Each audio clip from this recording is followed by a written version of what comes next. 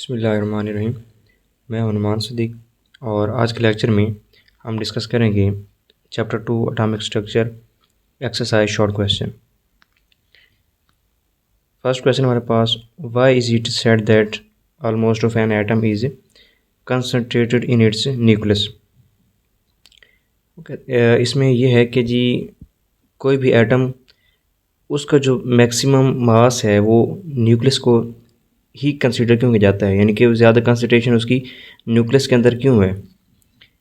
It is because both the heavy particle proton and neutron are found to present in the nucleus. क्योंकि nucleus जो होता है उसके अंदर प्रोटॉन भी होता है और न्यूट्रॉन भी होता है, और ये दोनों जो है वो प्रोटॉन और न्यूट्रॉन ये ऑलमोस्ट 99.9% होते हैं। एटम का जो मास होता है उसका 99.9% जो होता है वो न्यूक्लियस के अंदर पाया जाता है। तो इसलिए कहा जाता है कि जो इसका एटम का जो कंसनट्रेशन है, जो कंसनट्रेटेड है, वो न्यूक्लियस में है। In nucleus these two particle are held together by a strong nuclear force. तो न्यूक्लियस के अंदर ये जो दोनों पार्टिकल हैं, प्रोटॉन और न्यूट्रॉन, ये आपस में एक न्यूक्लियर फोर्स के ज़रिए जो है वो जुड़े होते हैं, इनके हेल्ड इकट्ठे होते हैं। ये जो न्यूक्लियर फोर्स होती है ये शॉर्ट रेंज होती है, यानी रेंज इसकी शॉर्ट होती है, ऑलमोस्ट 10⁻⁻15 मीटर तक होती है, लेकिन स्ट्रॉन्ग होती है, स्ट्रॉन्ग फोर्स ऑफ अट्रैक्शन होगी। शॉर्ट रेंज होगी बट स्ट्रॉन्ग होगी। उसके बाद सेकंड क्वेश्चन हमारे पास, why are element different from one another. Element एक दूसरे से किस बेस पे मुख्तलिफ होते हैं, ये क्यों मुख्तलिफ होते हैं। Different element contain different number of fundamental particle. अब फंडामेंटल पार्टिकल जो होते हैं वो बेसिकली 3 होते हैं, इलेक्ट्रॉन, प्रोटॉन एंड न्यूट्रॉन। तो डिफरेंट एलिमेंट के अंदर ये जो पार्टिकल हैं, इलेक्ट्रॉन, प्रोटॉन या न्यूट्रॉन, ये डिफरेंट होते हैं। तो इस वजह से वो क्या करते हैं, उनका जो बिहेवियर होता है वो डिफरेंट होता है, they behave differently. For example हमारे पास कार्बन का आइटम है, तो इसका एटॉमिक नंबर 6 है और मास 12 है। ऑक्सीजन का एटम है, इसका हमारे पास जो है एटॉमिक नंबर 8 है और मास नंबर 16 है। कार्बन के अंदर प्रोटॉन जो होते हैं वो 6 हैं, इलेक्ट्रॉन भी 6 हैं, और इस के जो मास है 12 है, तो इसके अंदर न्यूट्रॉन भी 6 ही होंगे। ऑक्सीजन के अंदर प्रोटॉन 8 हैं, इलेक्ट्रॉन भी 8 हैं, और इसका अगर मास 16 है तो इसके अंदर जो न्यूट्रॉन है वो भी 8 है। अब इन दोनों एटमों का हम कंपेयर कर लेते हैं, कार्बन और ऑक्सीजन को। तो इसमें प्रोटॉन जो है वो 6 हैं लेकिन यहाँ पे 8 हैं, इसमें इलेक्ट्रॉन 6 हैं लेकिन यहाँ पे 8 हैं, यहाँ पे न्यूट्रॉन 6 हैं और यहाँ पे 8। तो ये यहाँ से ये साबित होता है कि जी डिफरेंट जो एलिमेंट हैं उनके अंदर ये जो फंडामेंटल पार्टिकल हैं, प्रोटॉन, इलेक्ट्रॉन या न्यूट्रॉन, ये डिफरेंट हैं। तो इस वजह से जो होता है एलिमेंट एक दूसरे से डिफरेंट बिहेवियर शो करते हैं। How many neutrons are present in bismuth 83-10। अब बिस्मथ का एटम है तो एलिमेंट है, इसके अंदर इसका जो एटॉमिक नंबर है वो 83 है और जो मास नंबर है वो 210 है। तो इसके अंदर हमने न्यूट्रॉन निकालने हैं कि न्यूट्रॉन कितने हैं। Number of proton in bismuth 83, जितना एटॉमिक नंबर होता है वो प्रोटॉन की बेस पे होता है। तो number of mass number A वो हमारे पास है 210। तो फार्मूला होता है A=Z+m, यानी ए मास नंबर जो होता है वो बराबर होता है number of proton and neutron के। न्यूट्रॉन हमने फाइंड करने हैं, तो ये Z दूसरी साइड पे जाके माइनस हो जाएगा। अब एटॉमिक मास नंबर जो हमारे पास 210 है माइनस Z 83 है, तो इसको सॉल्व करके हमारे पास 117, ये जो है वो there are 117 neutron present in bismuth. Bismuth के अंदर जो है वो 117 न्यूट्रॉन मौजूद हैं।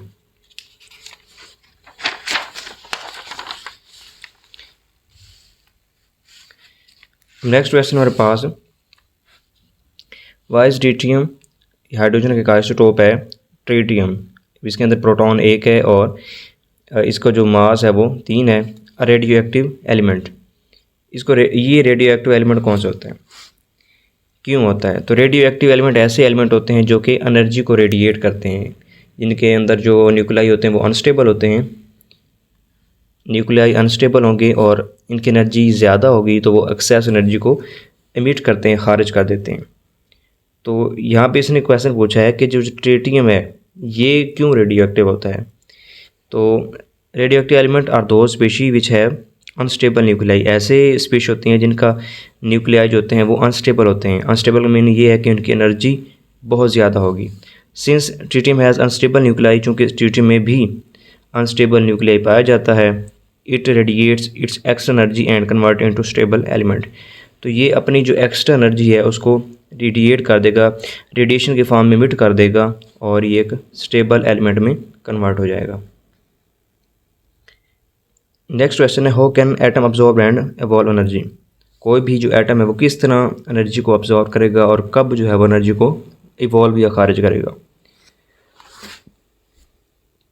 The energy of each orbit is fix. Electron जिन ऑर्बिट के अंदर, जिन पाथ के ऊपर वो घूम रहा होता है, उसकी एनर्जी जो होती है वो फिक्स होती है। But when an electron jump from lower to higher orbit it absorb energy. जब वो कहता है कि electron lower to higher orbit में जाएगा तो एनर्जी अब्जॉर्ब करेगा।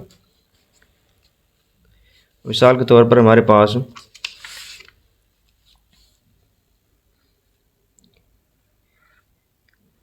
ये एक स्ट्रक्चर है, मुख्तलिफ ऑर्बिट हैं, इसमें शेल हैं।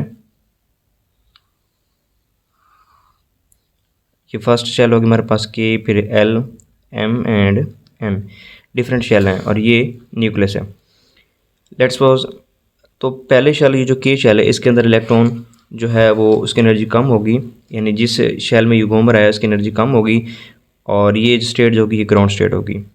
अगर तो इलेक्ट्रॉन इसी में घूमता रहेगा तो इसकी एनर्जी जो है वो फिक्स है। बट अगर इलेक्ट्रॉन के से जंप करके एल में जाएगा तो वो क्या करेगा, एनर्जी को एब्जॉर्ब करेगा। यानी लोअर टू हायर में जा रहा है, लोअर टू हायर, तो एनर्जी को एब्जॉर्ब करेगा। And when it return back from higher to lower orbit it radiate energy. लेकिन अगर इलेक्ट्रॉन हायर में है, चाहे वो एन में है या एम में है, ये हायर ऑर्बिट है, और वो वापस आ रहा है तो उसके पास चूँकि एक्स्ट्रा एनर्जी होती है तो वो एनर्जी को रेडिएट करेगा, खारिज करेगा और जो है वो फिर लोअर में आ जाएगा, हायर टू लोअर।